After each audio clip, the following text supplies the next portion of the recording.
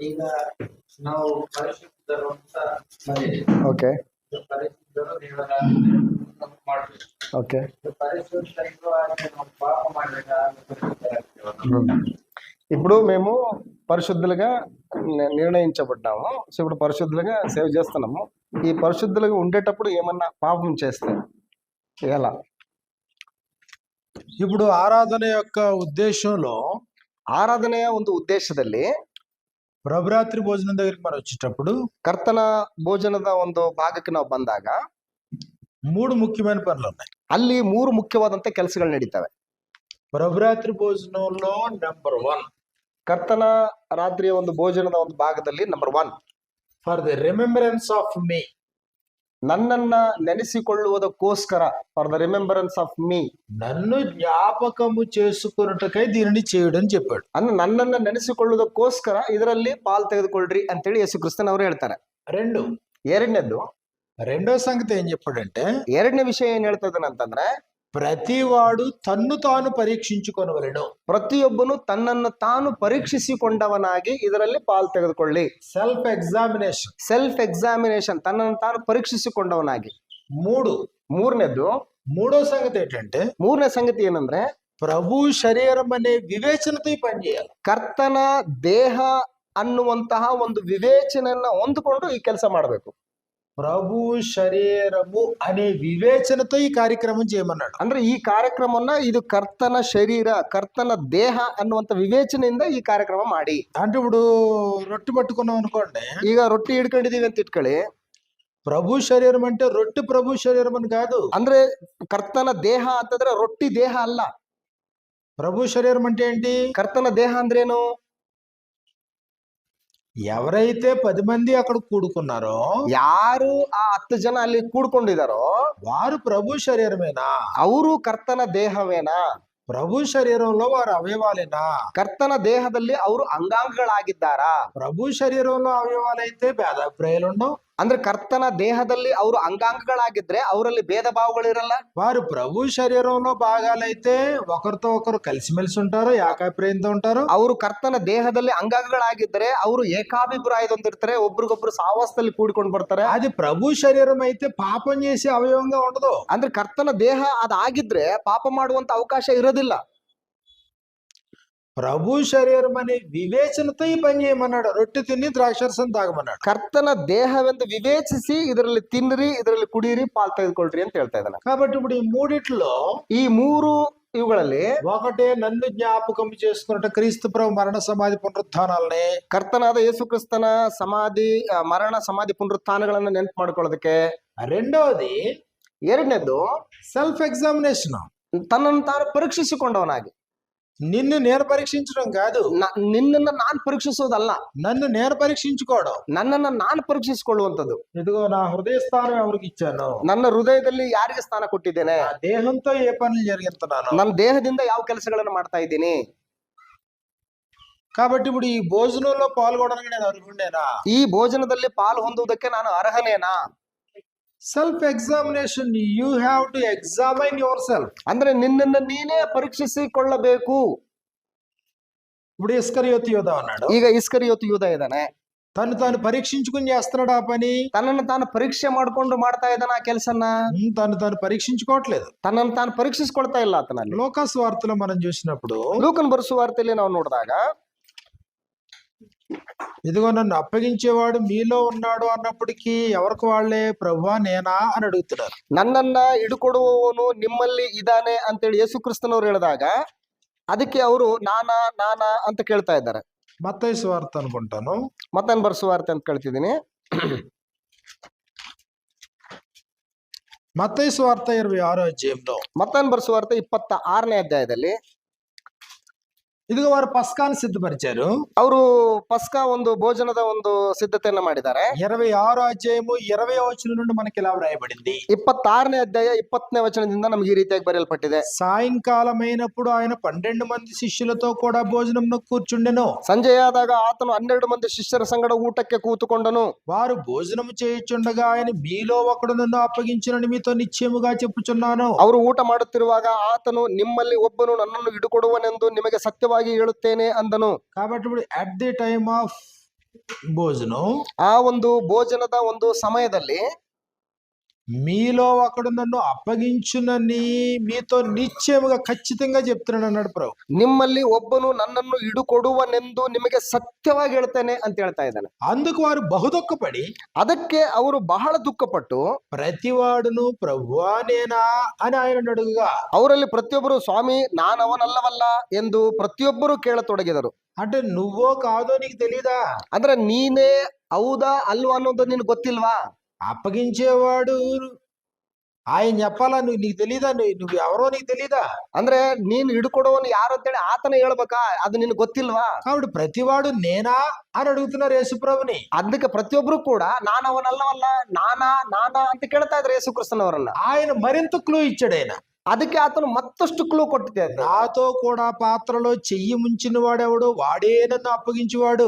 ಬಟ್ಟಲಲ್ಲಿ ನನ್ನ ಸಂಗಡ ಕೈ ಹೆದ್ದಿದವನೇ ನನ್ನನ್ನು ಹಿಡುಕೊಡುವನು ಅಂತ ಹೇಳ್ತಾ ಇದ್ದಾನೆ. 25వ వచనంలో 25ನೇ ವಚನದಲ್ಲಿ ఆయనను అప్పగించిన యోధ ಆತನನ್ನು ಹಿಡುಕೊಡುವುದಕ್ಕಿರುವಂತಹ ಯೂದನು బోధకుడా ಗುರುವೇ నేనా అని ఆయన అడుగుగా, ನಾನಲ್ಲವಲ್ಲ ಅನ್ನಲಾಗಿ.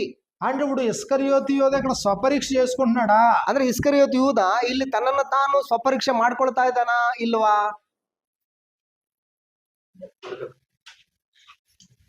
ఇప్పుడు అతను స్వపరీక్ష చేసుకున్నాడు అనుకోండి. ಈಗ ತನ್ನನ್ನು ತಾನು ಸ್ವಪರೀಕ್ಷೆ ಮಾಡ್ಕೊಂಡ ಅಂತ ಇಟ್ಕೊಳ್ಳಿ. ఇప్పుడు ఇస్కరియోతు యోధ ఏమనాల? ಈಗ ಇಸ್ಕರಿಯೋತ್ ಯೂದ ಏನನ್ಬೇಕು? ప్రభువా అవాడు నేనే అని చెప్పాల. ಕರ್ತನೆ ಆ ಹಿಡುಕೊಡುವವನು ನಾನೇ ಅಂತ ಹೇಳ್ಬೇಕಾಗಿ. అది యథార్థ హృదయం, ಅದು ಯಥಾರ್ಥ ಹೃದಯತೆ. కానీ ఇప్పుడు మిగిలిన వారు అడుగుతున్నారు, ప్రభువా నేనా నేనా నేనా అని అడుగుతున్నారు. ಉಳಿದವ್ರು ಕೇಳ್ತಾ ಇದಾರೆ ನಾನಾ ನಾನಾ ಅಂತ ಕೇಳ್ತಾ ಇದಾರೆ. ఇస్కరియోతు యోధ కూడా ఏమడుగుతున్నాడు? ಇಸ್ಕರಿಯೋತ್ ಯೂದನು ಕೂಡ ಏನ್ ಕೇಳ್ತಾ ಇದ್ದಾನೆ? ఆయనను అప్పగించిన యోధ బోధకుడా నేనా అని ఆయన అడుగుగా, ಗುರುವೇ ನಾನಲ್ಲವಲ್ಲ ಅಂತ ಹೇಳಿಬಿಟ್ಟು ಕೇಳ್ತಾ ಇದ್ದಾನೆ. అంటే ఇక్కడ స్వపరీక్ష లేదు. ಅಂದ್ರೆ ಇಲ್ಲಿ ಸ್ವಪರೀಕ್ಷೆ ಅನ್ನುವಂಥದ್ದಿಲ್ಲ. ఇప్పుడు భోజనంలో మనం పాల్గొంటున్నామంటే ಈಗ ಭೋಜನದಲ್ಲಿ ನಾವು ಪಾಲ್ ತೆಗೆದುಕೊಳ್ತಾ ಇದ್ದೀವಿ ಅಂತಂದ್ರೆ స్వపరీక్షతో, ಸ್ವಪರೀಕ್ಷೆಯಿಂದ ತನ್ನನ್ನು ತಾನು ಪರೀಕ್ಷಿಸಿಕೊಂಡವನಾಗಿ, ఇంకొకరు నువ్వు తప్పు పని చేస్తున్నావు అని చెప్పడం కాదు. ಇನ್ನೊಬ್ರು ನೀನ್ ತಪ್ಪು ಮಾಡ್ತಾ ಇದ್ದಿ ಅಂತ ಹೇಳುವಂತದಲ್ಲ. స్వపరీక్షతో నువ్వు దాంట్లో పాల్గో.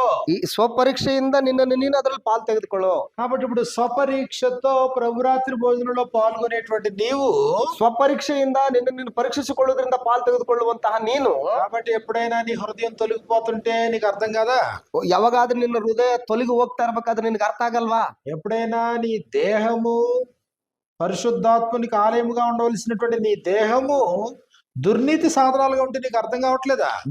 ದೇಹ ದೇವರಿಗೆ ಗರ್ಭಗುಡಿಯಾಗಿರ್ಬೇಕು, ದೇಹದ ಅಂಗಗಳು ನೀತಿಯ ಸಾಧನಗಳಾಗಿ ಉಪಯೋಗ ಆಗ್ಬೇಕು, ಅದು ಆಗ್ತಾ ಇಲ್ಲ ಅನ್ನುವಂಥದ್ದು ನಿನಗೆ ಗೊತ್ತಾಗ್ತದಲ್ವಾ? కాబట్టి ఇప్పుడు స్వపరీక్ష చేసి రొట్టె ద్రాక్షారసం తీసుకోవడం మానేయమని అర్థం. ಅಂದ್ರೆ ಸ್ವಪರೀಕ್ಷೆ ಮಾಡ್ಕೊಂಡು ನಾನು ತಪ್ಪಿತಸ್ಥನು ಅಂತ ತಿಳಿದಾಗ ಅದನ್ನ ತೆಗೆದುಕೊಳ್ಳದೆ ಬಿಟ್ಬಿಡು ಅಂತೇಳಿ ಅರ್ಥನ ಅದು? లేదా నీ జీవితాన్ని దిద్దుకోవడం అదని అర్థం. ಅಂದ್ರೆ ಇಲ್ಲ ನಿನ್ನ ಜೀವಿತನ ತಿದ್ದುಕೋ ಅನ್ನುವಂಥದ್ದು ಅದರ ಅರ್ಥನ. దిద్దుకోవడానికి, ತಿದ್ದುಕೊಳ್ಳೋದಕ್ಕೋಸ್ಕರನೇ దిద్దుకునే అవకాశాన్ని ఇస్తున్నాడు కదా. ತಿದ್ದುಕೊಳ್ಳೋದಕ್ಕೆ ಅವಕಾಶನ ಕೊಡ್ತಾ ಇದ್ದಾನಲ್ವಾ? అసలు ఆరాధించడానికి వచ్చిన ఉద్దేశమే అది. ಇಷ್ಟಕ್ಕೂ ಆರಾಧನೆ ಮಾಡುವುದಕ್ಕೆ ಕೂಡಿ ಬರುವಂತ ಉದ್ದೇಶನೇ ಇದು. ప్రభు బలాన్ని సమీపించడంలో ఉద్దేశం అది. ಕರ್ತನ ಭೋಜನದ ಸಮೀಪಕ್ಕೆ ಬರುವಂತಹ ಉದ್ದೇಶನೇ ಇದು. ఒకవేళ ఎక్కడైనా శరీర బలహీనతను బట్టి నువ్వు తొలగిపోతుంటే, ಒಂದು ವೇಳೆ ನೀನು ಶರೀರದ ಬಲಹೀನತೆಯಿಂದ ನೀನು ಒಂದು ವೇಳೆ ತೊಲಗಿ ಹೋಗ್ತಾ ಇದ್ರೆ, తొలగిపోతున్నాననే సంగతి నీకు అర్థం అవుతుంటే, ಇಲ್ಲ ನಾನು ತೊಲಗಿ ಹೋಗ್ತಾ ಇದ್ದೀನಿ ಅನ್ನುವಂತ ಸಂಗತಿ ನಿನಗೆ ಅರ್ಥ ಆದ ಮೇಲೆ, ఇదిగో నిన్ను నీవు స్వపరీక్ష చేసుకునేటువంటి టైంలో, ನಿನ್ನನ್ನು ನೀನು ಸ್ವಪರೀಕ್ಷೆ ಮಾಡಿಕೊಳ್ಳುವಂತಹ ಸಮಯದಲ್ಲಿ, కాబట్టి ఇది కరెక్ట్ కాదు, ಆದ್ರಿಂದ ಇದು ಸರಿಯಲ್ಲ, జీవితాన్ని దిద్దుకుందాం, ಜೀವಿತನ ತಿದ್ದುಕೊಳ್ಳೋಣ, హృదయంలో క్రీస్తుని ప్రభువుగా ప్రతిష్ఠించుకుందాం, ಹೃದಯದಲ್ಲಿ ಕ್ರಿಸ್ತನನ್ನ ಕರ್ತನೆಂಬುದಾಗಿ ಪ್ರತಿಷ್ಠಿಸಿಕೊಳ್ಳೋಣ. నువ్వు ఏం చెప్పితే అదే చేద్దాం. ಆತನ ಏನ್ ಹೇಳ್ತಾನೋ ಅದನ್ನೇ ಮಾಡೋಣ. ఈ దేహంతో చెడు పనులు జరుగుతున్నాయి. ಈ ದೇಹದಿಂದ ಕೆಟ್ಟ ಕೆಲಸಗಳು ನಡೀತಾ ಇದೆ. ఇది కొనసాగడం క్షేమకరం కాదు. ಇದು ಮುಂದುವರಿಯುವಂತದ್ದು ಕ್ಷೇಮಕರವಾದದ್ದಲ್ಲ. దేహము దేవుని వలన అనుగ్రహించబడింది. ದೇಹ ದೇವರಿಂದ ನಮಗೆ ದೊರಕಲ್ಪಟ್ಟಿದೆ. ఇది పరిశుద్ధాత్మనికి ఆలయము. ಇದು ಪವಿತ್ರಾತ್ಮನಿಗೆ ಇದು ಗರ್ಭಗುಡಿಯಾಗಿದೆ. దేహము జారత్వము నిమిత్తము కాదు. ದೇಹ ಜಾರತ್ವಕ್ಕೋಸ್ಕರ ಅಲ್ಲ. దేహము ప్రభు నిమిత్తము. ಈ ದೇಹ ಇರುವಂತದ್ದು ಕರ್ತನಿಗೋಸ್ಕರವೇ. ఈ ప్రభు యొక్క దేహాన్ని తీసుకుని వేసి యొక్క అవయముగా నేను మార్చలేను. ಕರ್ತನ ದೇಹವನ್ನ ತೆಗೆದುಕೊಂಡು ಒಬ್ಬ ವ್ಯಭಿಚಾರಿಯ ಒಂದು ಅಂಗಾಂಗವನ್ನಾಗಿ ನಾನು ಮಾಡಕ್ಕಾಗಲ್ಲ. కాబట్టి ఈ దేహముతో దేవుడిని మహింపరచాల్సిన వాడిని, ದೇಹದಿಂದ ದೇವರನ್ನ ಮಹಿಮೆಪಡಿಸ್ಬೇಕಾಗಿರ್ತಕ್ಕಂಥವನು ನಾನು. కాబట్టి నువ్వు స్వపరీక్షతో ఏం చేసుకుంటావు ఇప్పుడు ఇక్కడ? ಈಗ ಸ್ವಪರೀಕ್ಷೆಯಿಂದ ನೀನ್ ಏನ್ ಮಾಡ್ಕೊಳ್ತೀಯ? ನೀನು జీవితాన్ని దిద్దుకుంటున్నావు, ಜೀವಿತನ ತಿದ್ಕೊಳ್ತೀಯ, ముందు కొనసాగుతున్నావు. ಮುಂದಕ್ಕೆ ಹೋಗ್ತೀಯ. అది ಅದನ್ನವ. కాబట్టి అసలు తప్పే చెయ్యము అని కాదు దాని అర్థం. ಅಂದ್ರೆ ಇಷ್ಟಕ್ಕೂ ನಾವು ತಪ್ಪೇ ಮಾಡಲ್ಲ ಅನ್ನುವಂಥದ್ದಲ್ಲ ಅದರ ಅರ್ಥ.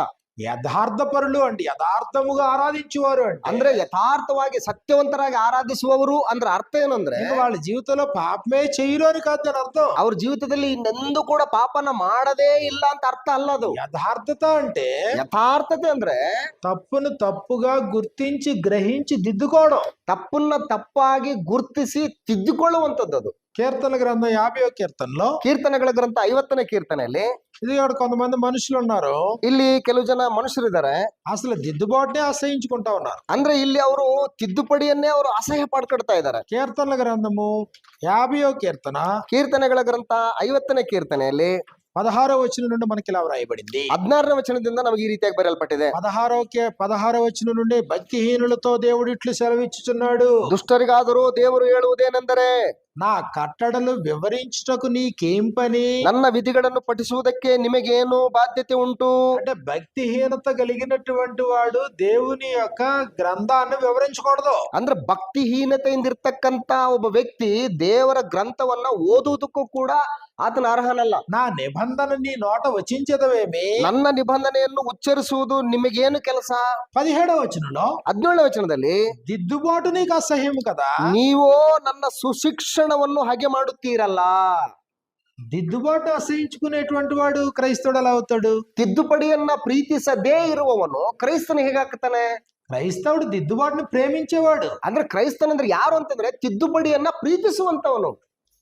దిద్దుకుంటాను, ನಾನು ತಿದ್ದುಕೊಳ್ತೇನೆ. ఎప్పుడు? ಯಾವಾಗ? నా గ్రహింపుకి వస్తే. ನನ್ನ ಒಂದು ಗ್ರಹಿಕೆಗೆ ಬಂದಾಗ. నా గ్రహింపుకి రాలేదు, నేను అలాగే దిద్దుకోలేను. ನನ್ನ ಗ್ರಹಿಕೆಗೆ ಬರ್ಲಿಲ್ಲ, ನಾನು ಯಾವಾಗೂ ತಿದ್ಕೊಳಕ್ ಆಗಲ್ಲ. ఇదిగో పలానా విషయంలో తప్పు చేస్తున్నావు అని చెప్పి నేను దిద్దుకుంటాను. ಇಲ್ಲ, ಇಂಥ ವಿಷಯದಲ್ಲಿ ನೀನ್ ತಪ್ಪು ಮಾಡ್ತಾ ಇದೀಯ ಅಂತ ನನ್ಗೆ ಹೇಳು, ನಾನು ತಿದ್ಕೊಳ್ತೀನಿ ಅದನ್ನ. గ్రంథం మాట్లాడమని నేను దిద్దుకుంటాను. ಇದು ಅದರ ವಿಷಯದಲ್ಲಿ ಗ್ರಂಥ ಮಾತಾಡು ಅಂತ ಹೇಳಿ ಆ ಮಾತಿಗೆ ನಾನು ವಿಧೇಯನಾಗ್ತೀನಿ, ತಿದ್ಕೊಳ್ತೀನಿ. దిద్దుకుంటాను అనేటువంటి ఆలోచన యథార్థ హృదయం అది. ಅಂದ್ರೆ ತಿದ್ದುಕೊಳ್ತೀನಿ ಅನ್ನುವಂತಹ ಒಂದು ಆಲೋಚನೆ ಯಥಾರ್ಥ ಹೃದಯ ಉಳ್ಳಂತವರ ಆಲೋಚನೆ ಆಗಿದೆ ಅದು. ఇప్పుడు దావీదు పాపం చేశాడు, ಈಗ ದಾವೀದ ಪಾಪ ಮಾಡಿದಾನೆ, ప్రవక్త అయిన నాతానెల్లి హెచ్చరించాడు, ಪ್ರವಾದಿಯಾದಂತ ನಾತಾನನು ಆ ಒಂದು ತಪ್ಪಿನ ವಿಷಯದಲ್ಲಿ ಎಚ್ಚರಿಕೆಯನ್ನು ಮಾಡಿದಾನೆ. ఇప్పుడు దావీదు దాన్ని ఒప్పుకుంటున్నాడా లేదా దాన్ని కప్పెడుతున్నాడా? ದಾವೀದನು ಆ ತಪ್ಪನ್ನು ಒಪ್ಕೊಳ್ತಾ ಇದ್ದಾನ, ಆ ತಪ್ಪನ್ನು ಮುಚ್ಚಾಕ್ತಾ ಇದ್ದಾನ? ఒప్పుకుంటున్నాడు, ಒಪ್ಕೊಳ್ತಾ ಇದ್ದಾನ ತಪ್ಪನ್ನ.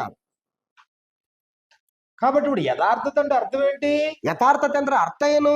జరిగినటువంటి తప్పిదాన్ని గుర్తించి దాన్ని ఒప్పుకోవడం. ನಡೆದಂತಹ ಒಂದು ತಪ್ಪನ್ನ ಗುರ್ತಿಸಿ ಅದನ್ನ ಒಪ್ಪಿಕೊಳ್ಳೋದು. దిద్దుబాటుని అసహించుకోవడం కాదు, ತಿದ್ದುಪಡಿಯನ್ನ ಅಸಹಿಸಿಕೊಳ್ಳುವಂತದ್ದಲ್ಲ. కానీ సాధారణంగా మనుషుల యొక్క నైజం ఎలా ఉంటది? ಸಾಧಾರಣವಾಗಿ ಮನುಷ್ಯರ ಒಂದು ನೈಜತೆ ಹೇಗಿರುತ್ತೆ ಅಂತಂದ್ರೆ దిద్దుకోవడం ఇష్టపడరు, ತಿದ್ದುಕೊಳ್ಳೋದಕ್ಕೆ ಅವ್ರು ಇಷ್ಟಪಡಲ್ಲ. ఎవరైనా మన లోపాలు చెప్తే, ಯಾರಾದ್ರೂ ನಮ್ಮ ಲೋಪದೋಷಗಳನ್ನ ನಮಗೆ ಹೇಳಿದ್ರೆ వాళ్ళ మీద మనం తిరిగి బురద జల్లే ప్రయత్నం చేస్తాం, ನಾವು ತಿರುಗಿ ಅವ್ರ ಮೇಲೆ ಒಂದು ಕೆಸರನ್ನು ಎರಚುವಂತ లేదా ಪ್ರಯತ್ನ వాళ్ళతో ಮಾಡ್ತೇವೆ. స్నేహం చేయడం మానేస్తాం, ಅವರೊಟ್ಟಿಗೆ ಸ್ನೇಹ ಮಾಡುವಂತದನ್ನ ಬಿಟ್ಬಿಡ್ತೀವಿ ನಾವು. అసలు వాళ్ళతో మనం టైమే గడపడం. ಇಷ್ಟಕ್ಕೂ ಅವರೊಟ್ಟಿಗೆ ನಾವು ಸಮಯನೇ ಕಳೆಯೋದಿಲ್ಲ. కానీ ప్రేమ ఉన్న చోట గద్దెంపు ఉంటదా? ಪ್ರೀತಿ ಇರುವಂತಹ ಸ್ಥಳದಲ್ಲಿ ಗದರಿಸುವಿಕೆ ಅನ್ನೋದು ಇರ್ತದ? ప్రేమ ఉన్న చోట దిద్దుబాటు ఉంటదా? ಪ್ರೀತಿ ಇರುವಂತಹ ಸ್ಥಳದಲ್ಲಿ ಗದರಿಸುವಿಕೆ, ತಿದ್ದುಪಡಿ ಅನ್ನೋದು ಇರ್ತದ? ప్రేమించు వారిని గద్దించు రీతిగా ಕರ್ತನು ತಾನು ಪ್ರೀತಿಸುವವರನ್ನೇ ಶಿಕ್ಷಿಸುತ್ತಾನೆ. యెహోవా శిక్షను తృణీకరించొద్దు అన్నాడు. ಯೆಹೋವನ ಶಿಕ್ಷೆಯನ್ನ ನೀನು ತೃಣೀಕರಿಸಬೇಡ. ఆయన గద్దింపునకు విసుగవద్దు. ಆತನ ಒಂದು ಗದರಿಸುವಿಕೆಗೆ ನೀನು ಬೇಸರಗೊಳ್ಳಬೇಡ. తండ్రి తనకు ఇష్టడైన కుమారుని గద్దించు రీతిగా ತಂದೆಯು ತನಗೆ ಇಷ್ಟರಾದ ಮಕ್ಕಳನ್ನು ಗದರಿಸುವ ಹಾಗೆ యెహోవా తాను ప్రేమించు వారిని గద్దించును. ಯೆಹೋವನು ತಾನು ಪ್ರೀತಿಸುವವರನ್ನೇ ಶಿಕ್ಷಿಸ್ತಾನೆ, ಗದರಿಸ್ತಾನೆ. కాబట్టి ఇక్కడ పాయింట్ ఏంటంటే, ಆದ್ರಿಂದ ಇಲ್ಲಿ ಪಾಯಿಂಟ್ ಏನಪ್ಪಾ ಅಂತಂದ್ರೆ దిద్దుబాటుని ప్రేమించే వాళ్ళమా తిరస్కరించే వాళ్ళమా? ತಿದ್ದುಪಡಿಯನ್ನ ಪ್ರೀತಿಸುವಂತವರ, ತಿದ್ದುಪಡಿಯನ್ನ ತಿರಸ್ಕರಿಸುವಂತವರ? మన జీవితం అంతా కరెక్ట్ అనుకోండి, ನಮ್ ಜೀವಿತ ಎಲ್ಲ ಕರೆಕ್ಟೇ ಅಂತ ಅನ್ಕೊಳ್ಳಿ, ఇంకా అసలు దిద్దుకోవాల్సిందే లేదనుకోండి, ಇನ್ನು ತಿದ್ದುಕೊಳ್ಳುವಂತದ್ದೇ ಏನಿಲ್ಲ ಅಂತ ಅನ್ಕೊಳ್ಳಿ, అప్పుడు వేరే సంగతి. ಅದು ಬೇರೆ ವಿಷಯ. కానీ మన జీవితం అంతా కరెక్టా?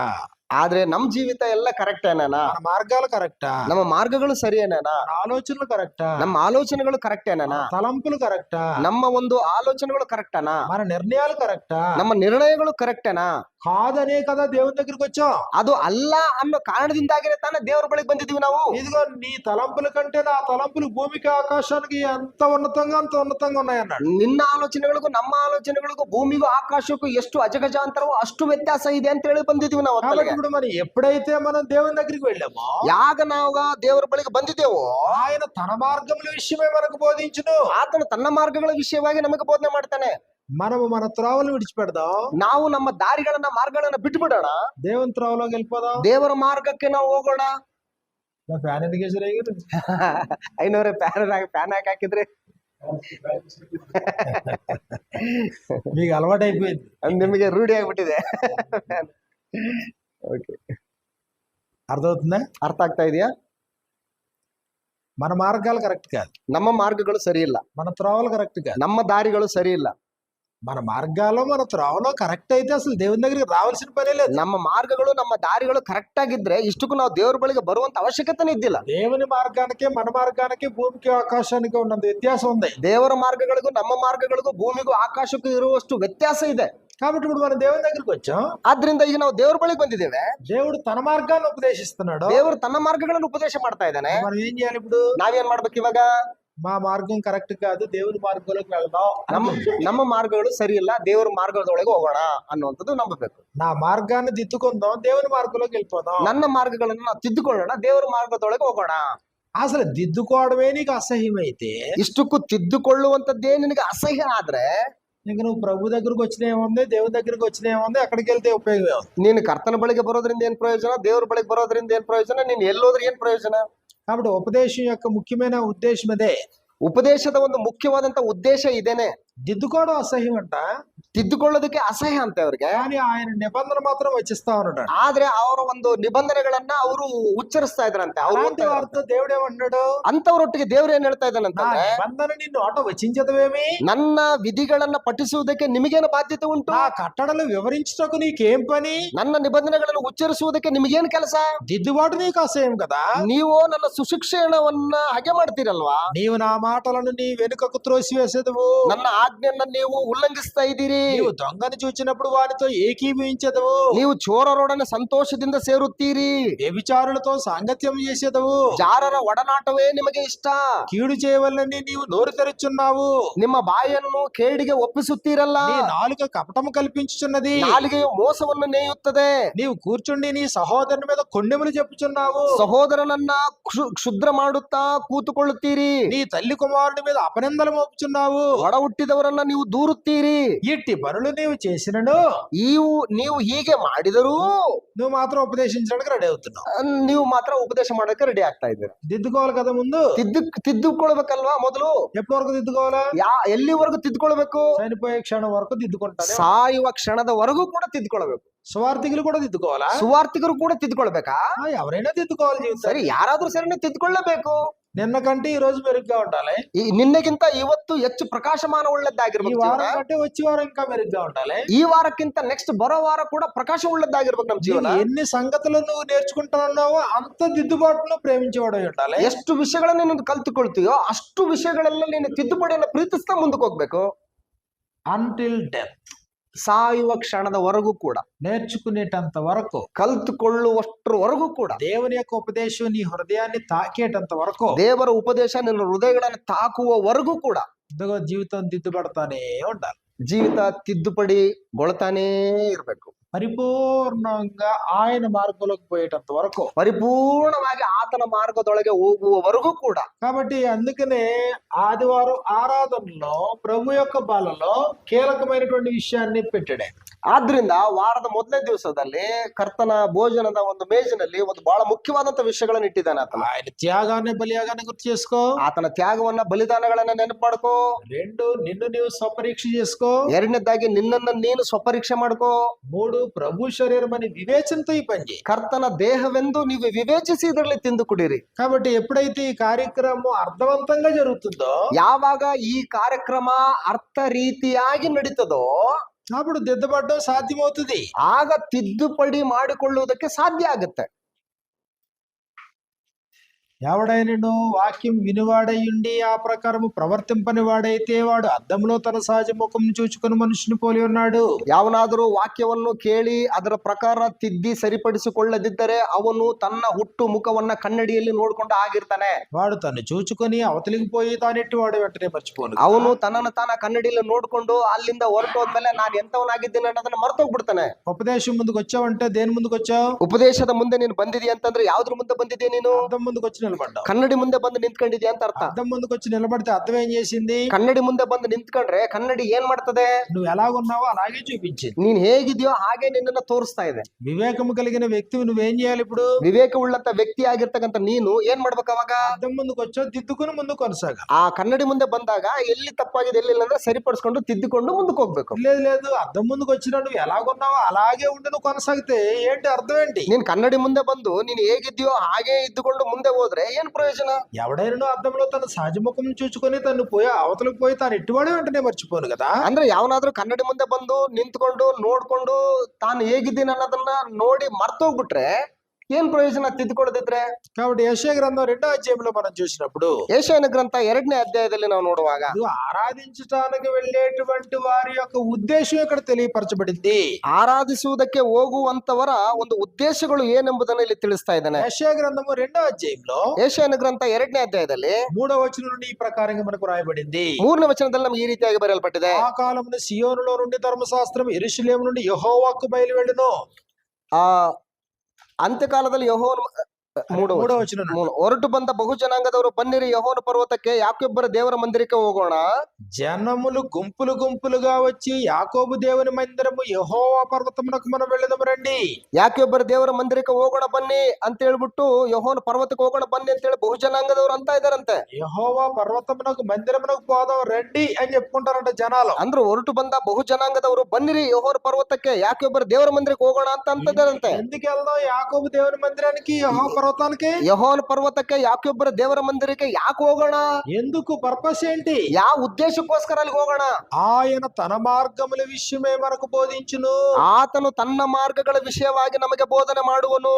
ఎందుకు వెళ్ళాలి మందిరానికి? ಮಂದಿರಕ್ಕೆ ಯಾಕೆ ಹೋಗ್ಬೇಕು? ఆయన తన మార్గముల విషయమే మనకు బోధిస్తాడు కాబట్టి వెళ్ళాల. ಆತನು ತನ್ನ ಮಾರ್ಗಗಳ ವಿಷಯವಾಗಿ ನಮಗೆ ಬೋಧಿಸ್ತಾನೆ, ಆದ ಕಾರಣ ನಾವು ಆತನಲ್ಲಿಗೆ ಹೋಗ್ಬೇಕು, ಮಂದಿರಕ್ಕೆ ಹೋಗ್ಬೇಕು. ఆయన తన మార్గముల విషయమే మనకు బోధించినప్పుడు అప్పుడు మనం ఏం చేయాలి? అప్పుడు ಆತನು ತನ್ನ ಮಾರ್ಗಗಳ ವಿಷಯದಲ್ಲಿ ಬೋಧಿಸಿದಾಗ ನಾವೇನ್ ಮಾಡ್ಬೇಕು? మనము ఆయన త్రోవలో నడుతుము అని చెప్పుకొందురు. ನಾವು ಆತನ ದಾರಿಗಳಲ್ಲಿ ನಡೆಯುವೆವು ಎಂದು ಹೇಳುವರು. అంటే నీ త్రోవ కరెక్ట్ కదా? ಅಂದ್ರೆ ನಿನ್ನ ದಾರಿ ಸರಿಯಾಗಿಲ್ವಾ? ಹಂಗಾರೆ నువ్వు ఆయన మందిరానికి పోతేనే ఆయన మార్గం అక్కడ వివరించబడుతుందా? ಆತನ ಮಂದಿರಕ್ಕೆ ಹೋದಾಗ್ಲೇನೆ ಆತನ ಒಂದು ದಾರಿಗಳು ನಿನಗೆ ಪ್ರಕಟಿಸಲ್ಪಡ್ತಾವ. అప్పుడు ఆయన మార్గం ఏంటో నీకు అర్థమైన తర్వాత నీ మార్గాన్ని వదిలిపెట్టి ఆయన మార్గంలో నడుస్తావా? ಆತನ ಮಾರ್ಗಗಳು ಏನಂತ ಗೊತ್ತಾದ ಮೇಲೆ, ನಿನ್ನ ಮಾರ್ಗಗಳು ಸರಿ ಇಲ್ಲ ಅಂತ ಗೊತ್ತಾದ ಮೇಲೆ ಆತನ ಮಾರ್ಗದಲ್ಲಿ ನೀನು ನಡಿಬೇಕಲ್ವಾ? అంటే ఇప్పుడు ఆ మందిరానికి పోయేవాని ఉద్దేశం ఏంటి? ఇప్పుడు ಆ ಮಂದಿರಕ್ಕೆ ಹೋಗುವಂತವನ ಉದ್ದೇಶ ಏನು? దిద్దుకోవడమా, దిద్దుబాటును అసహించుకోవడమా? ತಿದ್ದುಕೊಳ್ಳುವುದಕ್ಕ, ತಿದ್ದುಪಡಿಯನ್ನು ಅಸಹಿಸಿಕೊಳ್ಳುವುದಕ್ಕ. దిద్దుకోవడానికి మందిరానికి వెళ్ళాలా లేకపోతే అసహించుకోవడానికి మందిరానికి వెళ్ళాలా? ತಿದ್ದುಕೊಳ್ಳುವುದಕ್ಕ ಮಂದಿರಕ್ಕೆ ಹೋಗ್ಬೇಕಾ ಅಥವಾ ತಿದ್ದುಪಡಿಯನ್ನು ಅಸಹಿಸಿಕೊಳ್ಳುವುದಕ್ಕೆ ಮಂದಿರಕ್ಕೆ ಹೋಗ್ಬೇಕಾ? అసలు ఆరాధించడానికి వెళ్ళేటువంటి వ్యక్తి ఎందుకు ఆరాధించడానికి వెళ్ళాలా? ಆರಾಧಿಸುವುದಕ್ಕೆ ಹೋಗುವಂತ ವ್ಯಕ್ತಿ ಇಷ್ಟಕ್ಕೂ ಯಾಕೆ ಆರಾಧಿಸುವುದಕ್ಕೆ ಹೋಗ್ಬೇಕಲ್ಲಿಗೆ? దిద్దుబాటుని ప్రేమించడమా లేదా దిద్దుబాటును అసహించుకోవడమా? ತಿದ್ದುಪಡಿಯನ್ನು ಪ್ರೀತಿಸುವುದಕ್ಕ ಅಥವಾ ತಿದ್ದುಪಡಿಯನ್ನ ಅಸಹಿಸಿಕೊಳ್ಳುವುದಕ್ಕ? దిద్దుబాటును ప్రేమించి ತಿದ್ದುಪಡಿಯನ್ನ ಪ್ರೀತಿಸಿ వెళ్ళాను, అక్కడ 10 మంది ఉన్నారు. ಹೋಗಿದ್ವಿ, ಅಲ್ಲೊಂದು 10 ಜನ ಇದ್ದಾರೆ. దిద్దుకోవడానికి నేను వెళ్ళాను. ತಿದ್ದುಕೊಳ್ಳೋದಕ್ಕೆ ನಾನು ಹೋಗಿದ್ದೀನಿ. దిద్దుకోవడానికి ఆయన వచ్చాడు. ತಿದ್ದುಕೊಳ್ಳೋದಕ್ಕೆ ಆತನು ಬಂದಿದ್ದಾನೆ. దిద్దుకోవడానికి ఆమె వచ్చింది. ತಿದ್ದುಕೊಳ್ಳೋದಕ್ಕೆ ಆಕೆ ಕೂಡ ಬಂದಿದ್ದಾಳೆ. దిద్దుకోవడానికి ఇంకొక ఆయన వచ్చాడు. ತಿದ್ದುಕೊಳ್ಳೋದಕ್ಕೆ ಇನ್ನೊಬ್ಬತನು ಕೂಡ ಬಂದಿದ್ದಾನೆ. ఇది ఇప్పుడు దేవుడు తన మార్గముల విషయమే అక్కడ బోధ జరిగింది. ಈಗ ದೇವರು ತನ್ನ ಮಾರ್ಗಗಳ ವಿಷಯವಾಗಿ ಅಲ್ಲಿ ಬೋಧನೆ ಮಾಡಿದ್ದಾನೆ. నా గుండె హర్ట్ అయ్యింది. ನನ್ನ ಒಂದು ಹೃದಯಕ್ಕೆ ನನಗೆ ಅಲುಗುನೆಟ್ಟಂತಾಗಿದೆ. అవును కదా, నిజమే కదా అనిపించింది. ಹೌದಲ್ವಾ, ನಿಜ ತಾನೆ ಅಂತ ಅನ್ಸಿದೆ ನನಗೆ. ఇప్పుడు ఏం చేయాలి? ఇప్పుడు ಈಗ ಏನ್ ಮಾಡ್ಬೇಕು ನಾನು? దిద్దుకోవాలా? ತಿದ್ದುಕೊಳ್ಬೇಕಾ? దాన్ని అసహించుకోవాలి. చెప్పిన వాడిని అసహించుకోవాలా? ಅಥವಾ ಹೇಳ್ದಂತವನ್ನ ನಾನು ಅಸಹ್ಯ ಪಟ್ಟುಕೊಳ್ಬೇಕಾ? దిద్దుకోవాలి. ತಿದ್ದುಕೊಳ್ಬೇಕು. మిగిలిన 4 సహోదరులు ఉన్నారు. ಉಳಿದ 4 ಸಹೋದರರು ಇದ್ದಾರೆ. ఇదిగో నాతో చెప్పారు, బ్రదర్ మీరు ఈ మార్గంలో ఉన్నారు, సరైనది కాదని చెప్పారు. ಈ ಸಹೋದರ ಬಂದು, ಬ್ರದರು ಈ ಮಾರ್ಗದಲ್ಲಿ ಇದ್ದೀರಿ, ಇದು ಸರಿ ಅಲ್ಲ ಅಂತ ನನಗೆ ಅವ್ರ ಸಹೋದರ ಹೇಳಿದ್ರು. ఇప్పుడు నేను దిద్దుకోవాలా వాళ్ళని అసహించాలా? ಈಗ ನಾನು ಅದನ್ನು ತಿದ್ದುಕೊಳ್ಬೇಕಾ ಅವರ ಒಂದು ತಿದ್ದುಪಡಿಯನ್ನು ಅಸಹಿಸಿಕೊಳ್ಬೇಕಾ? ನಾನು దిద్దుకోవడం కొరకే ఆరాధనకు పోవాలా. తిద్దుಕೊಳ್ಳೋದಕ್ಕೋಸ್ಕರನೇ ఆరాధనకు ಹೋಗ್ಬೇಕು. ఇదిగో మన దేవుని మందిరం యెహోవా పర్వతానికి మనం వెళదాం రండి. ఇగో యెహోవನ పర్వతಕ್ಕೆ ಯಾಕೊಬ್ಬರ ದೇವರ ಮಂದಿರಕ್ಕೆ ಹೋಗೋಣ ಬನ್ನಿ. ఆయన తన మార్గముల విషయమే మనకు బోధించును. ಆತನು ತನ್ನ ಮಾರ್ಗಗಳ ವಿಷಯವಾಗಿ ನಮಗೆ ಬೋಧನೆ ಹೇಳ್ತಾನೆ. మనం ఆయన త్రోవల్లో వెళ్ళిపోదాం. ನಾವು ಆತನ ಮಾರ್ಗದಲ್ಲಿ ನಡೆಯೋಣ. బయలుదేరారంట, ಹೊರಟು ಹೋಗಿದ್ದಾರಂತೆ. అక్కడ ఆయన మార్గముల విషయమే బోధించబడుతుంది. ಅಲ್ಲಿ ಆತನ ಮಾರ್ಗಗಳ ವಿಷಯವಾಗಿ ಬೋಧಿಸಲ್ಪಡ್ತಾ ಇದೆ. ఇదిగో 4వ వచనంలో చెప్పాడు, ಈಗ 4ನೇ ವಚನದಲ್ಲಿ ಹೇಳ್ತಾ ಇದ್ದಾನೆ, వారు తమ ఖడ్గములను నాగటి నొక్కులుగాను, ಅವರು ತಮ್ಮ ಆಯುಧಗಳನ್ನು ಕುಲುಮೆಗೆ ಹಾಕಿ ಕತ್ತಿಗಳ ಗುಳಗಳನ್ನಾಗಿಯೂ. ఇదిగో వెళ్ళినటువంటి వీళ్ళ చేతులు ఏమన్నాయంటే ఖడ్గాలు ఉన్నాయంట. ಅಂದ್ರೆ ಹೊರಟು ಹೋದಂತವರ ಇವರ ಕೈಗಳಲ್ಲಿ ಏನಿದಾವೆ? ಖಡ್ಗಗಳಿದಾವಂತೆ, ಕತ್ತಿಗಳಿದಾವಂತೆ. అప్పటి వరకు ఖడ్గాలతో వీళ్ళకి పని, ಅಲ್ಲಿವರೆಗೂ ಇವರಿಗೆ ಆ ಖಡ್ಗದೊಟ್ಟಿಗೆ ಕತ್ತಿಗಳೊಟ್ಟಿಗೆನೆ ಕೆಲಸ ಇವ್ರದ್ದು. కానీ ఇప్పుడు తీరా అక్కడికి వెళ్ళిన తర్వాత ఉపదేశం ఏం చెప్పిందంటే ఖడ్గంతో నీకు పని లేదు అబ్బాయి అని చెప్పింది. ಅಲ್ಲಿ ಹೋದ್ಮೇಲೆ ಆ ಉಪದೇಶ ಏನ್ ಹೇಳ್ತಾ ಅಂತಂದ್ರೆ, ಅಯ್ಯೋ ಮನುಷ್ಯನೇ, ನಿನಗೆ ಖಡ್ಗದಿಂದ ಕತ್ತಿಗಳಿಂದ ಏನು ಕೆಲಸ ಇಲ್ಲ ನಿನ್ಗೆ. నువ్వు దేవుని బిడ్డలో కదా, మీకు ఖడ్గాలతో పని లేదు. ನೀನ್ ದೇವರ ಮಕ್ಕಳಲ್ವಾ, ನಿಮ್ಗೆ ಖಡ್ಗದೊತ್ತಿಗೆ ಕತ್ತಿಗಳೊಟ್ಟಿಗೆ ಏನು ಕೆಲಸ ಇಲ್ಲ ನಿಮಗೆ. కానీ తీరా నా దగ్గర ఖడ్గం ఉంది. ಈಗ ಇವ್ರ ಹತ್ರ ಖಡ್ಗ ಇದಾವೆ, కానీ అక్కడ ఉపదేశం ఏం చెప్పింది? ಅಲ್ಲಿ ಉಪದೇಶ ಏನ್ ಹೇಳ್ತಾ ಇದೆ? ఖడ్గం అవసరం లేదు, ಖಡ್ಗ ಅವಶ್ಯಕತೆ ಇಲ್ಲ. ఇప్పుడు నీ ఖడ్గాన్ని ఏం చేయాలి? ఇప్పుడు ಈಗ ನೀನ್ ಖಡ್ಗನ ಏನ್ ಮಾಡ್ಕೋಬೇಕು? లేదు, ఉపదేశం అలా చెప్తుంది, ఖడ్గం లేకపోతే బ్రతకలేనంటావా? ಇಲ್ಲ, ಉಪದೇಶ ಹಂಗೆ ಹೇಳ್ತದೆ ಬಿಡ್ರಿ, ಖಡ್ಗ ಇಲ್ಲ ನನ್ ಕೈಲಿ ಬದುಕಕ್ಕಾಗಲ್ಲ ಅಂತ ಹೇಳ್ಬಿಟ್ಟು ಹಂಗೆ ಹೇಳ್ತೀಯ. ఇదిగో ఇప్పుడు వారు తమ ఖడ్గములు ఏం చేశారంట, ಈಗ ಅವರು ತಮ್ಮ కత్తిಗಳನ್ನ ಏನ್ ಮಾಡ್ತಾ ಇದ್ರಂತಂದ್ರೆ, నాగటి నొక్కులుగా తయారు చేసుకున్నారు. ಗುಳಗಳನ್ನಾಗಿ ಮಾಡ್ಕೊಳ್ತಾ ಇದ್ರಂತೆ. తమ ఈటలను, ತಮ್ಮ ಒಂದು ಬರ್ಜಿಗಳನ್ನ, వాళ్ళ దగ్గర ఈటలు ఉన్నాయి, ಅವ್ರ ಹತ್ರ ಈಟಿಗಳಿದಾವೆ, ಬರ್ಜಿಗಳಿದಾವಂತೆ. ఇప్పటివరకు యుద్ధాలు చేయడం మొదలు పెట్టారు. ಅವರು ಅವುಗಳನ್ನ ಬಳಸ್ಕೊಂಡು ಯುದ್ಧ ಮಾಡೋದಕ್ಕೆ ಮುಂದಾಗಿದ್ದಾರೆ. ఉపదేశం ఏం చెప్పింది? ಅಲ್ಲಿ ಉಪದೇಶ ಏನ್ ಹೇಳ್ತಾ ಇದೆ? ఈ మార్గంలో ఖడ్గాలతో ఈటలతో పని లేదు. ಈ ಮಾರ್ಗಗಳಲ್ಲಿ ಕತ್ತಿಗಳಿಂದ ಬರ್ಜಿಗಳಿಂದ ಏನು ಕೆಲಸಗಳಿಲ್ಲ. దేవుని యొక్క మార్గంలో యుద్ధాలతో పని లేదు. ದೇವರ ಒಂದು ಉಪದೇಶದಲ್ಲಿ ಯುದ್ಧಗಳಿಗೆ ಏನು ಕೆಲಸ ಇಲ್ಲ. ఒక జనం మీదకు మరొక జనం పడాల్సిన పని లేదు. ಒಂದು జనాಂಗದ ಮೇಲೆ ಇನ್ನೊಂದು ಜನಾಂಗ ಬೀಳುವಂತ ಅವಶ್ಯಕತೆ ಇಲ್ಲ. ఎప్పుడైతే దేవుని యొక్క మార్గం అర్థమైందో, ಯಾವಾಗ ನಿನಗೆ ದೇವರ ಮಾರ್ಗಗಳು ಅರ್ಥವಾದವೋ, ఆ మార్గంలో ఉన్నటువంటి ఖడ్గాల నాగటి నొక్కులుగా మార్చుకున్నారు. ನಿನ್ನ ಒಂದು ಮಾರ್ಗಗಳಲ್ಲಿರ್ತಕ್ಕಂಥ ಕತ್ತಿಗಳನ್ನ ನಿನ್ನ ಗುಳಗಳನ್ನಾಗಿ ಮಾರ್ಪಡಿಸಿಕೊಂಡಿದ್ಯಾ. తమ ఈటలను మొచ్చుకత్తులుగా సాగొట్టుకున్నారు. ನಿಮ್ಮ ಒಂದು ಬರ್ಜಿಗಳನ್ನ ಕುಡುಗೋಲುಗಳನ್ನಾಗಿ ಮಾಡ್ಕೊಂಡಿದ್ದೀರಾ. ఇక మీదట జనం మీదకి జనము ఖడ్గమెత్తుగా ఉండును. ಇನ್ನು ಮೇಲೆ ಜನಾಂಗವು ಜನಾಂಗಕ್ಕೆ ವಿರುದ್ಧವಾಗಿ ಕತ್ತಿಯನ್ನು ಎತ್ತದು. అప్పటి వరకు యుద్ధాభ్యాసం చేసినటువంటి వీరు, ಅಲ್ಲಿವರೆಗೆ ನೀವು ಯುದ್ಧಾಭ್ಯಾಸ ಮಾಡಿದಂತಹ ನೀವುಗಳು ఇక మీదట యుద్ధము చేయ నేర్చుకొనుట ఇక మానివేయుదురు. ಇನ್ನು ಮೇಲೆ ಯುದ್ಧಾಭ್ಯಾಸವು ನಡೆಯುವುದೇ ಇಲ್ಲ. ఎందుకు ఇప్పుడు యుద్ధం ఎందుకు మానేసుకున్నారు? ఇప్పుడు ಯಾಕೆ ಈಗ ಯುದ್ಧಗಳನ್ನ ಅವರು ಬಿಟ್ಬಿಟ್ಟಿದ್ದಾರೆ? ఆయన మార్గంలో యుద్ధాలు లేవు. ಆತನ ಮಾರ್ಗಗಳಲ್ಲಿ ಯುದ್ಧಗಳಿಲ್ಲ. మరి ఇప్పుడు నా మార్గంలో యుద్ధాలు ఉన్నాయి. ಈಗ ನನ್ನ ಮಾರ್ಗಗಳಲ್ಲಿ ಯುದ್ಧಗಳಿದಾವೆ. స్ట్రగుల్ ఫర్ ఎగ్జిస్టెన్స్ ఉంది. ನನ್ನ ಒಂದು ಅಸ್ತಿತ್ವಕ್ಕೋಸ್ಕರ ನಾನು ಹೋರಾಡ್ತಾ ಇದ್ದೀನಿ. నేను బ్రతకాలంటే పోరాడాలి. ನಾನು ಬದುಕಬೇಕಂತಂದ್ರೆ ನಾನು ಹೋರಾಡ್ಬೇಕು ನಾನು. కానీ ఆయన మార్గంలో అది ఉందా? ಆದ್ರೆ ಆತನ ಮಾರ್ಗಗಳಲ್ಲಿ ಅದಿದೆಯಾ? సహించు ప్రేమించు అని ఉంది. ಆತನ ಮಾರ್ಗಗಳಲ್ಲಿ ಸಹಿಸು, ನೀನು ಪ್ರೀತಿಸು, శత్రుని కూడా ప్రేమించు అని చెప్తున్నాడు. ಶತ್ರುಗಳನ್ನು ಕೂಡ ನೀನು ಪ್ರೀತಿಸು ಅಂತ ಹೇಳ್ತಾ ಇದ್ದಾನೆ. ఇంకా నాకు ఇంక కోపం పగ ప్రతీకారం ఎందుకు? ఇంకా ಇನ್ನು ಮೇಲೆ ನನಗೆ ಕೋಪ ಪ್ರತೀಕಾರ ಹಾಗೆ ಅನ್ನೋಂಥದ್ರಲ್ಲಿ ಏನ್ ಕೆಲಸ ನನಗೆ? ఖడ్గాలతో ఈటలతో పనే ఉంది. ಈ ಖಡ್ಗ, ಈಟಿ, ಬರ್ಚಿ ಇವುಗಳಿಂದ ಏನ್ ಕೆಲಸ ನನಗೆ? ఇంకా కరాటే ప్రాక్టీస్ చేయాల్సిన అవసరం ఏముంది? ಕರಾಟೆ ಪ್ರಾಕ್ಟೀಸ್ ಮಾಡುವಂತ ಅವಶ್ಯಕತೆ ಏನಿದೆ? అర్థమవుతుందా? ಅರ್ಥ ಆಗ್ತಾ ಇದೆಯಾ? కరాటే ప్రాక్టీస్ చేస్తే, ಕರಾಟೆ ಪ್ರಾಕ್ಟೀಸ್ ಮಾಡಿದ್ರೆ ఎవరో ఒకరిని కొట్టాలని ఉంటుంది. ಯಾರನ್ನಾದ್ರೂ ಒಬ್ರು ಹೊಡಿಬೇಕು ಅನಿಸ್ತದೆ. అసలు ఆ మార్గంలో కొట్టే పనే లేకపోతే, ಆ ಮಾರ್ಗದಲ್ಲಿ ಹೊಡೆಯುವಂತ ಕೆಲಸನೇ ಇಲ್ಲ ಅಂತಂದ್ರೆ కరాటేతో పనే ఉంది. ಕರಾಟೆಗೆ ಏನ್ ಕೆಲಸ ಇದೆ? ಕರಾಟೆ ಒಟ್ಟಿಗೆ ಏನ್ ಕೆಲಸ ಇದೆ ನಮ್ಗೆ? నా చిన్నతనంలో ನನ್ನ ಒಂದು ಚಿಕ್ಕ ವಯಸ್ಸಿನಲ್ಲಿ మా నాన్నగారికి తెలియకుండా కరాటే ప్రాక్టీస్కి వెళ్ళాను. ನಮ್ಮ ತಂದೆಯವ್ರಿಗೆ ಗೊತ್ತಾಗ್ಲಾರ್ದಂಗೆ ಕರಾಟೆ ಪ್ರಾಕ್ಟೀಸ್ ಮಾಡಕ್ ಹೋಗಿದ್ದೆ. తీరా ఆయనకి తెలిసింది. ಆಮೇಲೆ ಆದ್ರೂ ಗೊತ್ತಾಯ್ತು. ఒకసారి పిలిచారు. ಒಂದ್ಸಾರಿ ಕರೆದ್ರು. అరే నాన్న, నువ్వు కరాటే నేర్చుకున్నప్పటి నుంచి చేతులు కాస్త గురగురలాడుతుంటాయి. ಮಗನೇ, ನೀನು ಕರಾಟೆ ಕಲ್ತಾಗಿಂದ ಯಾಕೋ ಕೈಗಳು ಯಾಕೋ ಚುರುಕಾಗಿ ಆಕ್ಟಿವ್ ಆಗಿ ಕಾಣಿಸ್ತಾ ಇದಾವೆ. అక్కడ నుంచి ఎవరో కొన్ని ఏదోటి కొట్టాలని ఉంటుంది. ಆವಾಗ ಯಾರನ್ನಾಗ್ಲಿ ಏನನ್ನಾಗ್ಲಿ ಹೊಡಿಬೇಕಂತ ಅನಿಸ್ತದೆ ನಿನಗೆ. అసలు వాటితో మనకు పని ఉందా? ಅವುಗಳೊಟ್ಟಿಗೆ ನಮ್ಗೆ ಏನಾದ್ರೂ ಕೆಲಸ ಇದೆ ಮಗನೇ? ఎందుకు నేర్చుకున్నావు అంటే నేనేం చెప్తాను, ఆత్మరక్షణ కొరకంటాను నేను. ನಾ ಯಾಕೆ ಕಲ್ತ್ಕೊಳ್ತಾ ಇದ್ದೆ ಮಗನೇ ಅಂತಂದಾಗ, ನಾನು ಆತ್ಮರಕ್ಷಣೆಗೋಸ್ಕರ ಪಪ್ಪ ಅಂತ ನಾನು ಹೇಳ್ತಾ ಇದ್ದೆ. కానీ ఆయన ఏమంటాడు? ఆయన ಆತನ ಏನ್ ಹೇಳ್ತಾ ಇದ್ದಾನೆ? కొట్టిన వాడిని తిరిగి కొట్టొద్దు. కొట్టొద్దు, ಹೊಡೆದಂತವ್ರಿಗೆ ತಿರುಗಿ ನೀನು ಹೊಡಿಬೇಡ, తిట్టిన వాడిని బదులు తిట్టొద్దు, ಬೈದವರಿಗೆ ನೀನು ಪ್ರತಿಯಾಗಿ ಬೈಬೇಡ, దూషించిన వాడిని బదులు దూషించొద్దు, ನಿನಗೆ ದೂಷಿಸಿದವರಿಗೆ ವಿರುದ್ಧವಾಗಿ ನೀನು ಅವ್ರ ಮೇಲೆ ದೂಷಣೆ ಹೇಳ್ಬೇಡ, అవమానించిన వాని యొక్క అవమానాన్నే నువ్వు భరించు. ನಿನಗೆ ಯಾರು ಅವಮಾನ ಮಾಡ್ತಾರೋ ಆ ಅವಮಾನವನ್ನೇ ನೀನು ಸಹಿಸ್ಕೋ. అది ఆయన మార్గం. ಅದು ಆತನ ಮಾರ್ಗ. ఇప్పుడు ఆయన మార్గంలో ఇంకా కరాటే ప్రాక్టీస్ తో పని ఉందా? ಈಗ ಆತನ ಈ ಮಾರ್ಗದಲ್ಲಿ ಕರಾಟದ ಏನಾದ್ರು ಪ್ರಾಕ್ಟೀಸ್ ಮಾಡಿದ್ರೆ ಏನಾದ್ರು ಲಾಭ ಇದೆಯಾ? యుద్ధాభ్యాసంతో పని ఉందా? ಯುದ್ಧಾಭ್ಯಾಸ ಮಾಡೋದ್ರಿಂದ ಏನಾದ್ರು ಉಪಯೋಗ ಇದೆಯಾ? ఇది కత్తులు లేకపోతే ఈటులతో పని ఉందా? ಕತ್ತಿಗಳು ಮತ್ತು ಭರ್ಜಿಗಳಿಂದ ಏನಾದ್ರು ಕೆಲಸಗಳಿದಾವ? దిద్దుబాటును ప్రేమించేవాడైతే, ತಿದ್ದುಪಡಿಯನ್ನ ಪ್ರೀತಿ ಮಾಡುವವನಾಗಿದ್ರೆ ఇదిగో తమ ఖడ్గములను నాగటి నక్కులుగా మార్చేసుకున్నారు. ತಮ್ಮ ಕತ್ತಿಗಳನ್ನ ಗುಳಗಳನ್ನಾಗಿ ಮಾಡ್ಕೊಳ್ತಾರೆ. తమ ఈటలను మచ్చుకొత్తులుగా మార్చుకున్నారు. ತಮ್ಮ ಒಂದು ಈಟಿ ಭರ್ಜಿಗಳನ್ನ ಒಂದು ಕುಡುಗೋಲುಗಳನ್ನಾಗಿ ಮಾಡ್ಕೊಳ್ತಾರೆ. ఇక మీద యుద్ధం చేయడం మానేశారంట. ಇನ್ನು ಮೇಲೆ ಯುದ್ಧ ಮಾಡುವಂತದನ್ನ ಅವ್ರು ಬಿಟ್ಬಿಟ್ಟಿದಾರಂತೆ. అందుకు ఉపదేశం దగ్గరికి వెళ్ళాలి. ಅದಕ್ಕೂ ಉಪದೇಶದ ಬೆಳೆಗೆ ಹೋಗ್ಬೇಕು. ఉపదేశంలో దేవుని మార్గాలు బయలుపడతాయి. ಉಪದೇಶದಲ್ಲಿ ದೇವರ ಮಾರ್ಗಗಳು ಬಯಲ್ಪಡ್ತವೆ. ఆ మార్గానికి నీ మార్గానికే కంపేర్ చేసుకోవాలి. ಆತನ ಮಾರ್ಗಗಳಿಗೂ ನಿನ್ನ ಮಾರ್ಗಗಳಿಗೂ ಹೋಲಿಕೆ ನೋಡ್ಕೋಬೇಕು. ఆయన మార్గం రమ్యమైంది, ఉత్తమమైంది, శ్రేష్టమైంది. ಆತನ ಮಾರ್ಗ ಬಹಳ ಉತ್ತಮವಾದಂತದ್ದು, ಶ್ರೇಷ್ಠವಾದಂತದ್ದು, ರಮ್ಯವಾದದ್ದು. నా మార్గం సరైనది కాదు. ನನ್ನ ಮಾರ್ಗಗಳು ಸರಿಯಾದಂತವುಗಳಲ್ಲ. మార్గాన్ని విడిచిపెడదాం, ನನ್ನ ಮಾರ್ಗಗಳನ್ನು ಬಿಟ್ಬಿಡೋಣ, దేవుని మార్గంలోకి వెళ్ళిపోదాం. ದೇವರ ಮಾರ್ಗದೊಳಗೆ ಹೊರಟೋಗ್ಬಿಡೋಣ.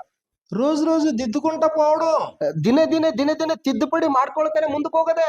కాబట్టి ఇక్కడ స్వపరీక్ష అనేది ఉంది.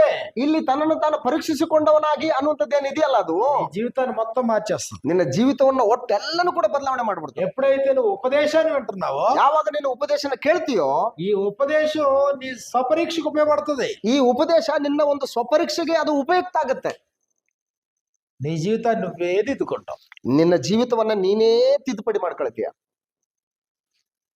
కానీ సంఘం పరిశుద్ధంగానే ఉండాలి. ಆದ್ರೆ ಸಭೆ ಪರಿಶುದ್ಧವಾಗಿನೇ ಇರಬೇಕು. పరిశుద్ధులు పరిశుద్ధంగానే ఉండాలి. ಪರಿಶುದ್ಧರು ಪರಿಶುದ್ಧರಾಗಿನೇ ಇರಬೇಕು. అందుకనే స్వపరీక్ష ఉంది. ಅದಕ್ಕೋಸ್ಕರನೇ ಇಲ್ಲಿ ಸ್ವಪರೀಕ್ಷೆ ಅನ್ನುವಂಥದ್ದಿದೆ. ఒకవేళ స్వపరీక్ష అనేది ఫెయిల్ అయిపోయింది అనుకోండి, ಇಲ್ಲಿ ತನ್ನನ್ನು ತಾನು ಪರೀಕ್ಷಿಸಿಕೊಳ್ಳುವಂಥದ್ದು ಫೇಲ್ ಆಯ್ತು ಅಂತ ಇಟ್ಕೊಳ್ಳಿ. ఆ స్థానిక సంఘంలో ఎవరో సెల్ఫ్ ఎగ్జామినేషన్ చేసుకోవట్లేదు అనుకోండి, ಆ ಸ್ಥಾನಿಕ ಸಭೆಯಲ್ಲಿ ಯಾರು ಕೂಡ ತಮ್ಮನ್ನು ತಾವು ಪರೀಕ್ಷಿಸಿಕೊಳ್ತಾ ಇಲ್ಲ ಅಂತ ಇಟ್ಕೊಳ್ಳಿ. అప్పుడు ఏమవుతుందంటే యాంత్రికంగా వస్తారు, ఎవరికి వాళ్ళే ರೊಟ್ಟಿ ద్రాక్షరసం ತಿನ್ನೇసి వెళ్ళిపోతారు. ಅವಾಗ ಏನಾಗುತ್ತೆ ಅಂತಾರೆ, ಯಾಂತ್ರಿಕವಾಗಿ ಯಾರು ಬರ್ತದೆ ಅವ್ರ ಪಾಡಿಗೆ ಅವ್ರು ತಗೋತಾರೆ, ಅವ್ರ ಪಾಡಿಗೆ ಅವ್ರು ಹೋಗ್ತಾ ಇರ್ತಾರೆ. ఒకవేళ అది లేదు, అప్పుడు మూడోది ఏం చేస్తాం, మరి ప్రభు శరీరం అని వివేచింపక. ಓಕೆ, ಅವಾಗ ಮೂರನೇದಾಗಿ ಇದು ಕರ್ತನ ದೇಹವೆಂದು ವಿವೇಚಿಸದೆ. ప్రభు శరీరం అని వివేచింపక తిని త్రాగువాడు శిక్షా విధి కలుగుటకే తిని త్రాగుచున్నాడు. ಕರ್ತನ ದೇಹವೆಂದು ತಿಳಿದು ಅದರಲ್ಲಿ ಪಾಲು ತೆಗೆದುಕೊಳ್ಳುವವನು ತನ್ನನ್ನು ತಾನು ಶಿಕ್ಷೆಗೊಳಪಡಿಸ್ತಾನೆ, ನ್ಯಾಯ ತೀರ್ಪುಗೊಳಗಾಗ್ತಾನೆ. ఇందువల్లనే మీలో అనేకులు రోగులను బలహీనులైనారు, చాలా మంది నిద్రించున్నారు. ಇದರಿಂದಾಗಿ ನಿಮ್ಮಲ್ಲಿ ಅನೇಕರು ಬಲಹೀನರು ರೋಗಿಗಳಾಗ್ತಾ ಇದ್ದಾರೆ, ಅನೇಕರು ಸಾಯ್ತಾ ಇದ್ದಾರೆ. అప్పుడు ప్రభు శరీరం అనే వివేచన ఉండాలా? ಈಗ ಕರ್ತನ ದೇಹ ಅನ್ನುವಂತ ವಿವೇಚನೆ ಇರ್ಬೇಕಲ್ವಾ? ఏ స్థానిక సంఘంతో అయితే నువ్వు రొట్టి విరుస్తున్నావో, ಯಾವ ಸ್ಥಾನಿಕ ಸಭೆಯೊಟ್ಟಿಗೆ ಸೇರಿ ನೀನು ರೊಟ್ಟಿಯನ್ನು ಮುರ್ತಾ ಇದೆಯೋ ఆ స్థానిక సంఘం ప్రభు శరీరమేనా? ಆ ಸ್ಥಾನಿಕ ಸಭೆ ಕರ್ತನ ದೇಹವೇನಾ? ప్రభు శరీరం అంటే ఎలాంటిది? ಕರ್ತನ ದೇಹ ಅಂದ್ರೆ ಎಂತದ್ದು? ఓకే, నెంబర్ 1 పరిశుద్ధమైంది, ಒಂದು ಪರಿಶುದ್ಧವಾಗಿರುವಂತದ್ದು.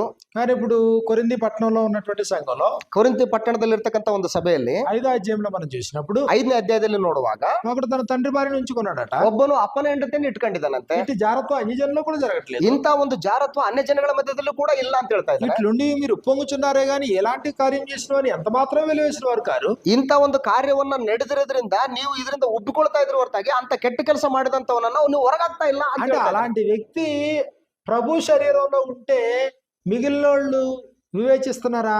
ಅಂದ್ರೆ ಅಂತ ಒಬ್ಬ ತಪ್ಪು ಮಾಡಿದಂತ ವ್ಯಕ್ತಿ ಕರ್ತನ ದೇಹವೆಂಬ ಸಭೆಯಲ್ಲಿದ್ದಾಗ ಅವನ ಬಗ್ಗೆ ವಿವೇಚನೆ ಮಾಡ್ತಾ ಇದ್ದಾರಾ ಇಲ್ವಾ? ఏం వివేచించలేదు. ಏನು ವಿವೇಚನೆ ಮಾಡ್ತಾ ಇಲ್ಲ. అలాంటి వారిని మధ్యలో పెట్టుకుని వారు ఉప్పొంగుతా ఉన్నారు. ಅಂತವನನ್ನ ತಮ್ಮ ನಡು ಇಟ್ಕೊಂಡು ಅವನ ವಿಷಯದಲ್ಲಿ ಅವರು ಇಕ್ಕುತ್ತಾ ಇದಾರಂತೆ. అంటే ఇప్పుడు వాళ్ళకి ప్రభు శరీరం అనేటువంటి వివేచన లేదు. ಅವರಿಗೆ ಕರ್ತನ ದೇಹ ಅನ್ನುವಂತ ಒಂದು ವಿವೇಚನೆ ಇಲ್ಲ. ప్రభు శరీరం అనే వివేచనతో పనిచేయట్లేదు. ಕರ್ತನ ದೇಹ ಅನ್ನುವಂತ ವಿವೇಚನೆಯಿಂದ ಕೆಲಸ ಮಾಡಬೇಕು. కాబట్టి అది కూడుకున్నది ప్రభు శరీరమేనా? ಅದು ಕೂಡಿಕೊಂಡಿರ್ತಕ್ಕಂಥದ್ದು ಅದು ಕರ್ತನ ದೇಹವೇನಾ? అక్కడ ఉన్నటువంటి వారు ప్రభు శరీరమేనా? ಅಲ್ಲಿರ್ತಕ್ಕಂಥವ್ರು ಕರ್ತನ ದೇಹವೇನಾ? లేదా అక్రమంగా బ్రతుకుతుంటే, ಇಲ್ಲ ಅಕ್ರಮವಾಗಿ ಅವರು ಜೀವಿಸ್ತಾ ಇದ್ರೆ, అన్యాయంగా జీవిస్తుంటే, ಅನ್ಯಾಯವಾಗಿ ಅವ್ರು ಜೀವಿಸ್ತಾ ಇದ್ರೆ, దుర్మార్గంగా బ్రతుకుతుంటే, ದುರ್ಮಾರ್ಗತನದಿಂದ ಅವರು ಬದುಕ್ತಾ ಇದ್ರೆ, మరి ఇప్పుడు ప్రభు శరీరం అనే ఆలోచన ఉండాలి కదా మిగిలిన ಈಗ ಕರ್ತನ ದೇಹವೆಂಬಂತ ಆಲೋಚನೆ ಉಳಿದವರು ಇರ್ಬೇಕಲ್ವಾ? దేవుని యొక్క రాజ్యంలో హక్కుదారులు కాని వారు ఆ శరీరంలో అవయవాలుగా ఉంటే ದೇವರ ರಾಜ್ಯದಲ್ಲಿ ಹಕ್ಕು ಬಾಧ್ಯತೆ ಇಲ್ಲದೆ ಇರ್ತಕ್ಕಂಥವ್ರು ಆ ರಾಜ್ಯದಲ್ಲಿ ಅವ್ರು ಇದ್ರೆ ప్రభు శరీరం అని వివేచనతో పనిచేయాలి కదా. ಕರ್ತನ ದೇಹ ಅನ್ನುವಂತ ವಿವೇಚನೆಯಿಂದ ಅವ್ರು ಕೆಲಸ ಮಾಡ್ಬೇಕಲ್ವಾ. కొరింథీయులకు రాసినటువంటి 2వ పత్రిక 12వ అధ్యాయం 12వ వచనంలో మనకి ఇలా వ్రాయబడింది. ಕೊರಿಂಥದವರಿಗೆ ಬರೆದ 2ನೇ ಪತ್ರಿಕೆ 12ನೇ ಅಧ್ಯಾಯ 12ನೇ ವಚನದಲ್ಲಿ ನಮಗೆ ಈ ರೀತಿಯಾಗಿ ಬರೆಯಲ್ಪಟ್ಟಿದೆ.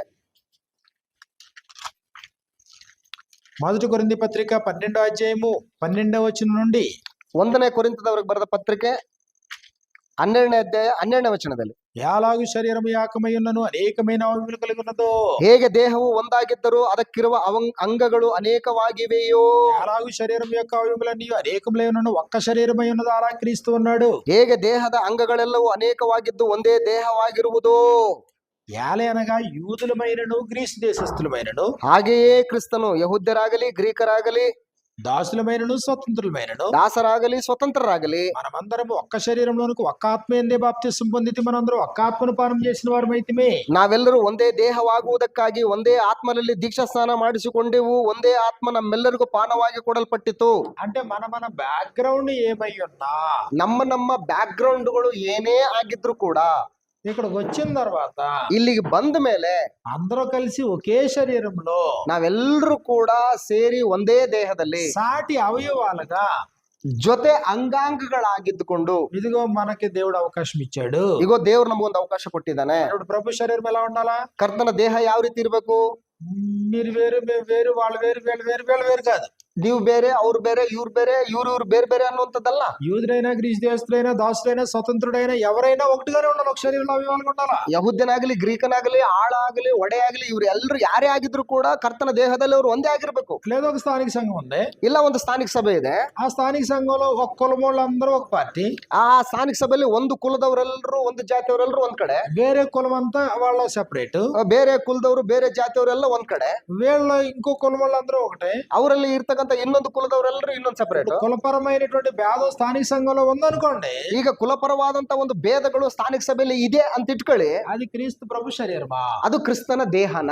అప్పుడు వివేచిస్తే ఏమర్థమైంది? అప్పుడు ಆಗ ವಿವೇಚನೆ ಮಾಡಿದ್ರೆ ಏನ್ ಅರ್ಥ ಆಗುತ್ತೆ? ప్రభు శరీరం కాదు ఇది. ಇದು ಕರ್ತನ ದೇಹ ಅಲ್ಲ. ಇದು ప్రభు శరీరం అయితే కుల భేదాలు ఎందుకు ఉంటాయి? ಇಲ್ಲಿ ಕರ್ತನ ದೇಹವಾಗಿದ್ರೆ ಇಲ್ಲಿ ಕುಲ ಭೇದಗಳು ಯಾಕಿರ್ತಿದ್ವು?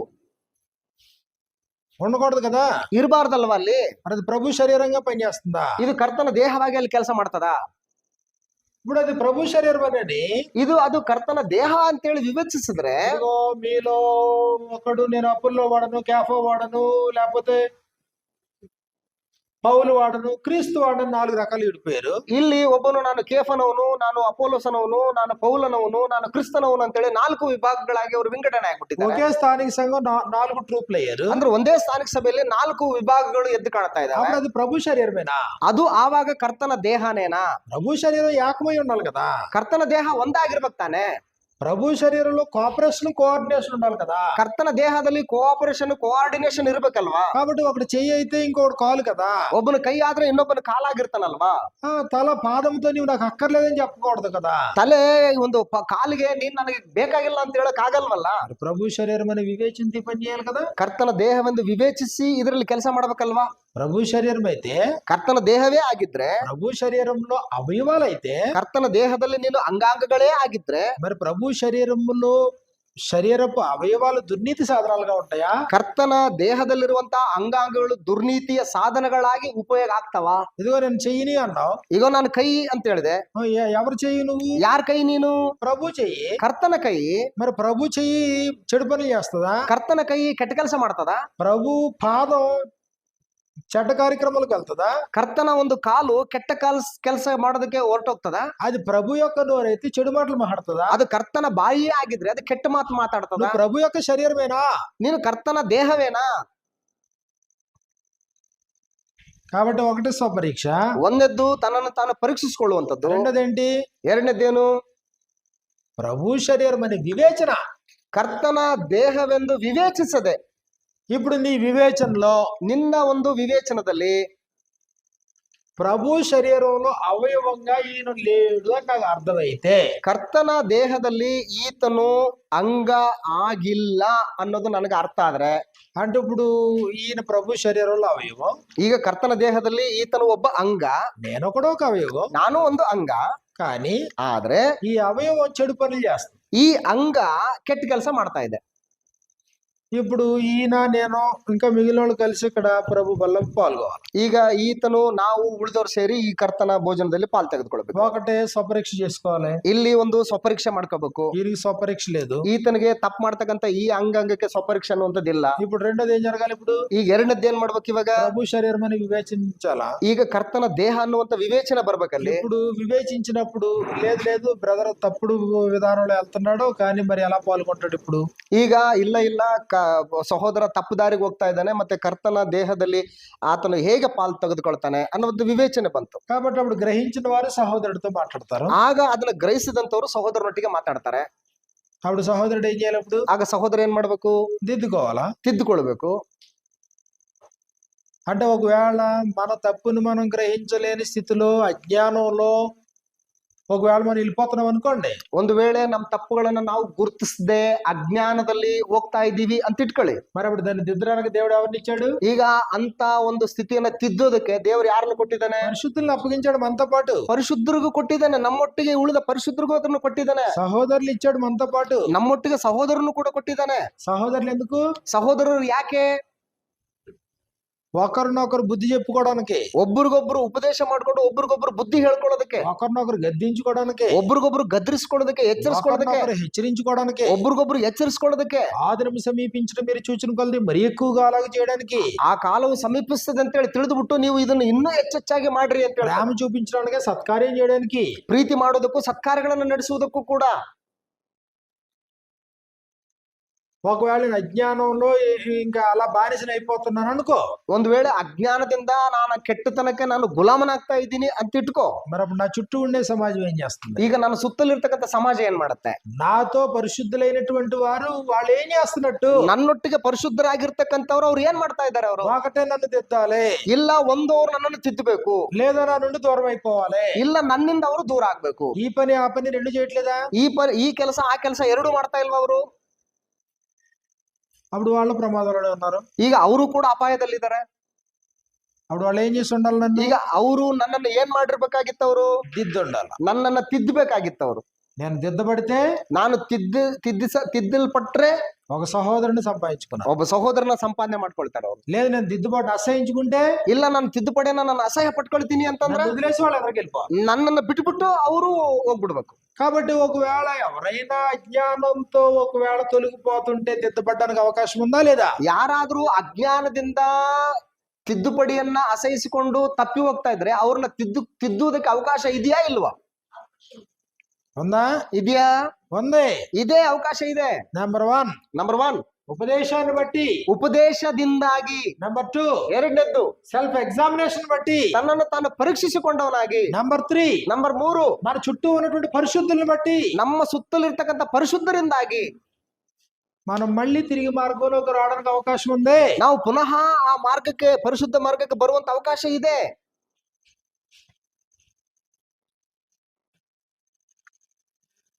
అర్థమైందా? ಅರ್ಥ ಆಯ್ತಾ బ్రదర్? అర్థమైందా?